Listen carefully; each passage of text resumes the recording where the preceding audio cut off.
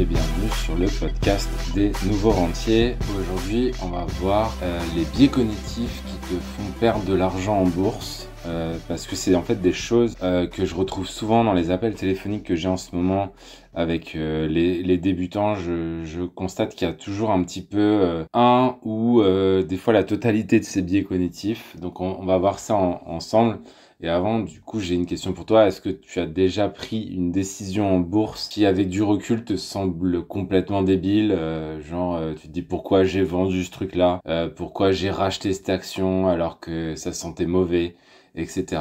Donc, si c'est le cas, ne t'inquiète pas déjà parce que t'es pas le seul. On est tous influencés par des biais cognitifs, des raccourcis mentaux qui nous font croire qu'on prend une bonne décision alors qu'en fait, pas du tout. Donc aujourd'hui, je vais te parler de ces 5 biais cognitifs qui te coûtent le plus cher en tant qu'investisseur en bourse, avec des exemples bien concrets et je vais t'expliquer comment les éviter, histoire que ton portefeuille il arrête de saigner à cause de décisions qui vont être prises plutôt sur le coup de l'émotion. Donc c'est parti avec le premier biais cognitif qui est l'aversion à la perte. Donc ça c'est très présent chez les débutants notamment, autrement dit quand ton cerveau panique et te fait vendre au pire moment. Donc le problème en fait c'est qu'en tant qu'être humain on déteste perdre, mais genre vraiment. C'est-à-dire une perte nous affecte beaucoup plus émotionnellement qu'un gain du même montant nous ferait plaisir par exemple. On dit même qu'il y a une échelle de 2.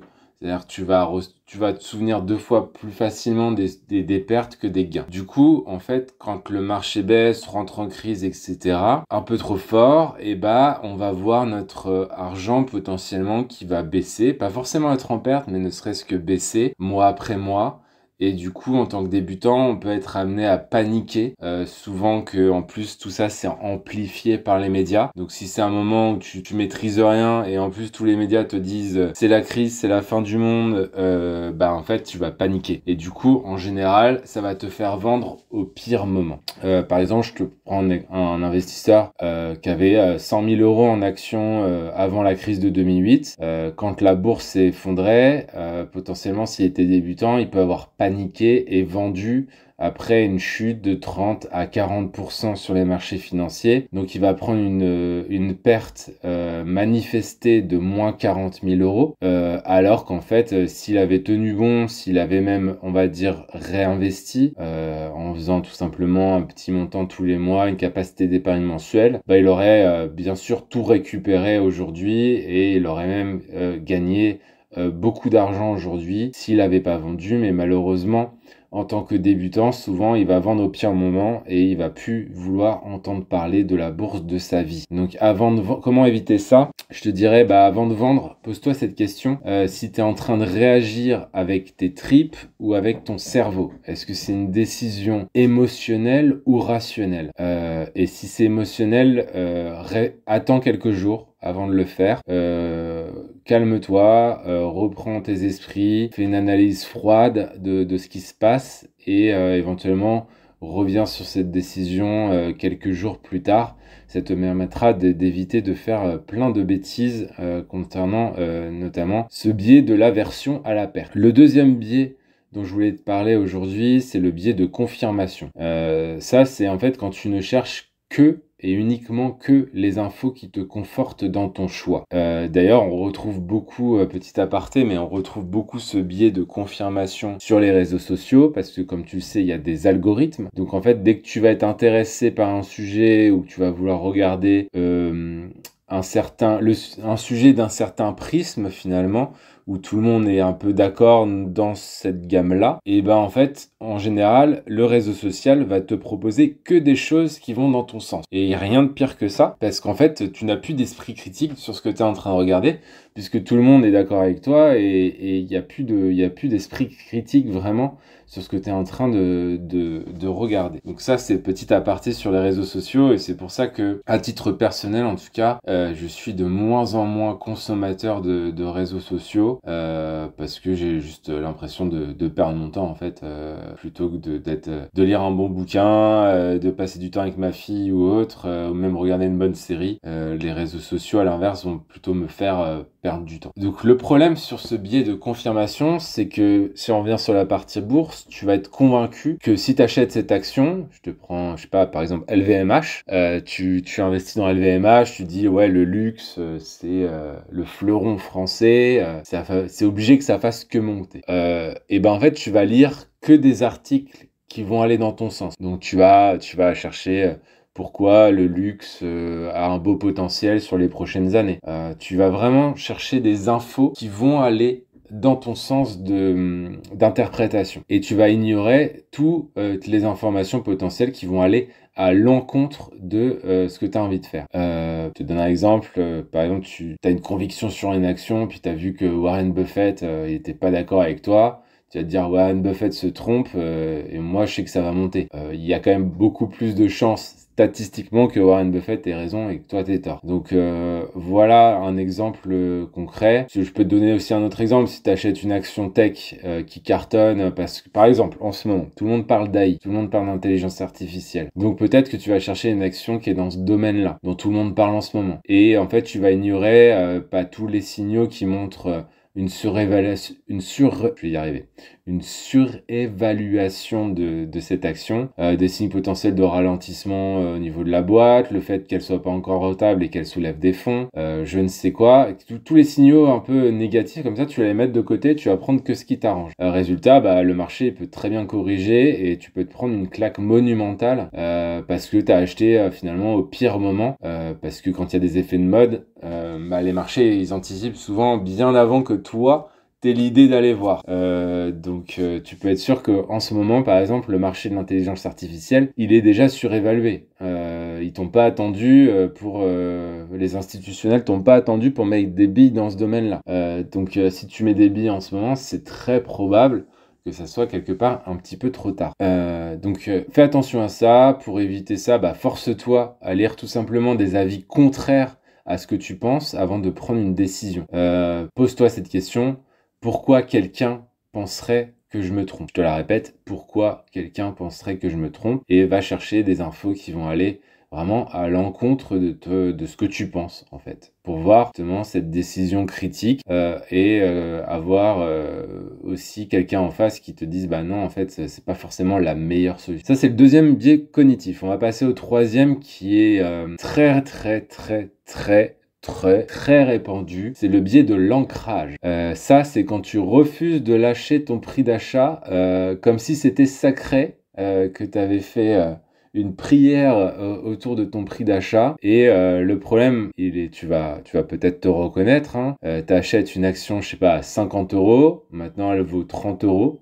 Mais en fait, tu refuses de la vendre tant qu'elle n'est pas remontée à ton prix d'achat de 50 €, même si de meilleures opportunités se présentent par ailleurs. Je vais te prendre un exemple très concret avec ça. Tu regardes le cours de Nokia dans les années 2010. Il y a plein d'investisseurs qui ont dû garder leurs actions Nokia, persuadés qu'elles allaient remonter à leur prix d'achat. Et je peux te faire un petit spoiler, elles ne sont jamais remontées à ce niveau 2. Donc, pour éviter ça, demande-toi si je n'avais pas déjà cette action, est-ce que je l'achèterais aujourd'hui aussi à ce prix-là? Si la réponse est non, c'est peut-être que c'est le moment en fait de se séparer de cette action, quel que soit son prix finalement, pour ne pas rester coincé sur une action dont tu ne veux plus aujourd'hui, qui va t'empêcher d'acheter des actions qui vont peut-être potentiellement mieux performer à l'avenir. Ce biais d'ancrage, vraiment j'insiste, il est très présent chez les débutants et il peut t'empêcher vraiment d'atteindre des bonnes rentabilités en bourse. Donc fais bien attention. Ensuite, il y a un biais qui va être de diversification. Souvent, les débutants n'ont pas une diversification suffisante. En fait, en général, souvent les débutants ils mettent dans quelques boîtes, 3-4 boîtes, 10 boîtes,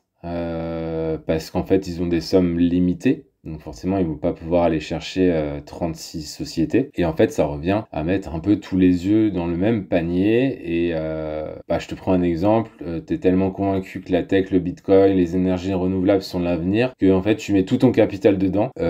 Et en fait, le problème, c'est qu'en bourse, on sait pas du tout ce qui peut se passer dans les 5 ou les 10 prochaines années. Donc, si tu mets tous tes œufs dans le même panier, tu risques fortement de subir une perte qui va être énorme. Je prends un exemple concret, dans les années 2000, tout le monde investissait dans tout ce qui avait un .com.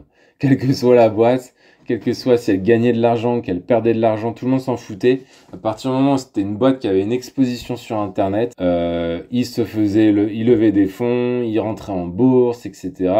Tout le monde finançait tout le monde. Et ça s'appelle une bulle. Et une bulle, quand ça explose, c'est moins 70, moins 80% sur le portefeuille. Donc le problème, c'est que si tu mets tout là-dedans et que tu prends une crise de cette ampleur, tu perds 80% de ton capital. Donc fais bien attention à ça, vérifie que ton portefeuille il est bien diversifié, que c'est un bon portefeuille, parce qu'un bon portefeuille c'est un peu comme un plat finalement. Il faut une recette de cuisine, il faut vraiment avoir les bons ingrédients pour que ça ait un bon goût, que ça tourne pas au désastre et que du coup tu sois obligé de jeter tout ça parce que c'est plus d'actualité.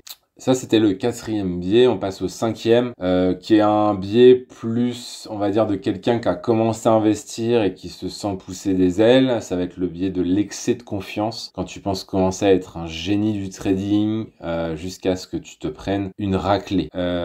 Le problème, en fait, c'est que tu fais 2-3 bonnes opérations en bourse. Donc, à partir de là, tu te crois imbattable. Et là, bam, tu te fais avoir. Tu prends une grosse perte sur un truc que tu n'avais absolument pas anticipé. Donc, ça bouffe tous les gains que tu as fait jusqu'à présent. Ensuite, tu essaies de te rattraper parce que du coup, il y a une histoire de fierté qui va rentrer en jeu. Et après, tu vas souvent enchaîner les perles jusqu'à temps d'être dégoûté et de plus pouvoir investir en bourse parce que ce monde-là t'a dégoûté. Donc ça, il faut faire vraiment attention à ça. Moi, des personnes en rendez-vous qui ont perdu énormément d'argent à cause de la bourse ou à cause des cryptos, j'en ai eu beaucoup. Crois-moi, c'est en plusieurs dizaines de milliers d'euros et c'est souvent dû à ce biais-là d'excès de confiance. On va aller all-in sur tel ou tel truc et puis en fait c'était pas la bonne opération et après tu perds des tonnes d'argent à cause de ça. Donc fais attention à ça. Pour éviter ça, rappelle-toi que même les meilleurs gérants de fonds d'investissement qui passent 8 heures par jour à 10 heures par jour, qui sont formés à analyser des sociétés, etc., ils vont souvent sous-performer le marché. En tout cas, 80-90% du temps, sur 5 à 10 ans, ils vont sous-performer le marché. Donc, ne crois pas qu'en étant débutant, en regardant des actions 30 minutes par jour, tu vas pouvoir battre le marché. On n'est pas là pour battre le marché, on est là pour bien investir sur le long terme. Même avec ma méthode RSR dont je te parle souvent, en soi, je suis le marché. Je n'essaye pas de battre le marché, même si au résultat, je bats le marché. Il y a une petite astuce qui me permet de le faire, mais je suis le marché. Donc voilà, ce qu'il faut retenir de ce podcast, c'est vraiment que les biais cognitifs, c'est vraiment des pièges et la bourse est très contre-intuitif par rapport à ça. Il faut pas s'écouter, il faut pas écouter les intuitions que tu as. Encore plus si tu es débutant, il faut vraiment essayer de remettre le rationnel devant l'émotionnel pour ne pas succomber à ces différents biais cognitifs qu'on vient de voir. Si je récapitule, avant d'acheter ou de vendre, challenge vraiment ta décision.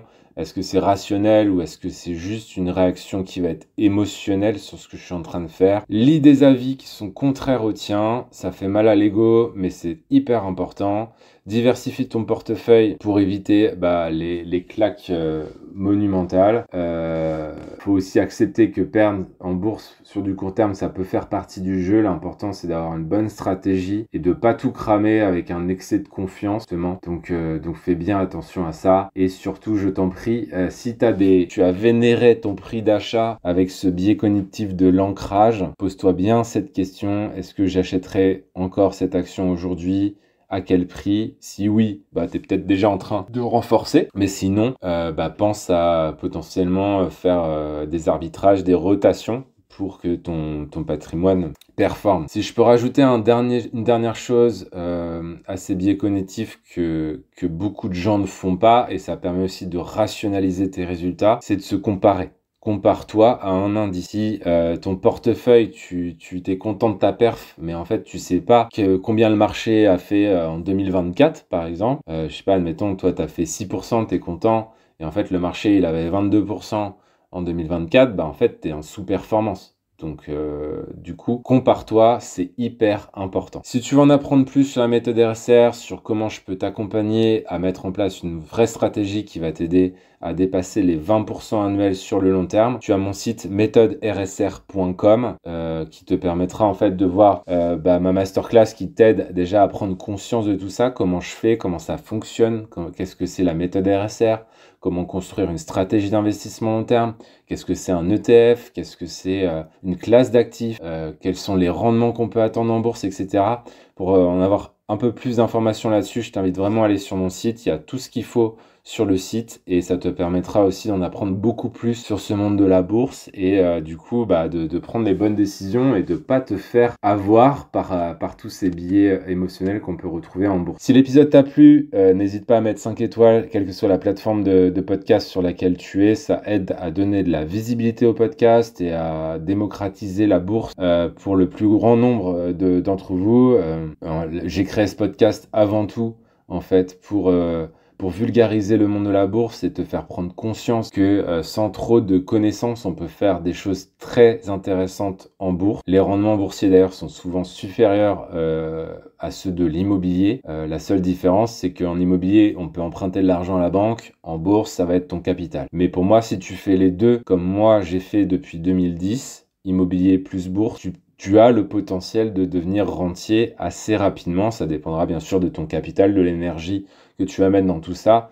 Mais ça rend les rêves qu'on peut avoir quand on commence d'indépendance financière réalisables. Et c'est aussi pour ça que je fais de ce podcast. Je suis la manifestation même que c'est possible, puisque moi j'ai commencé à faire tout ça en 2010 et depuis 2019, j'ai plus besoin de bosser en tant qu'ingénieur. Aujourd'hui, mon boulot quelque part, c'est de te faire un petit podcast toutes les semaines et d'accompagner des gens à reprendre en main leur patrimoine pour les aider à avoir un meilleur avenir financier. Donc ça, c'est une quête que je me suis donnée qui me plaît bien parce que j'arrive à transformer la vie des gens, à améliorer leur quotidien. Et ça, par rapport à mon ancien métier où j'étais tout simplement médecin des machines, j'aidais la maintenance à soigner leurs machines, les industriels à bien entretenir leurs machines. Maintenant, j'aide des gens. Et ça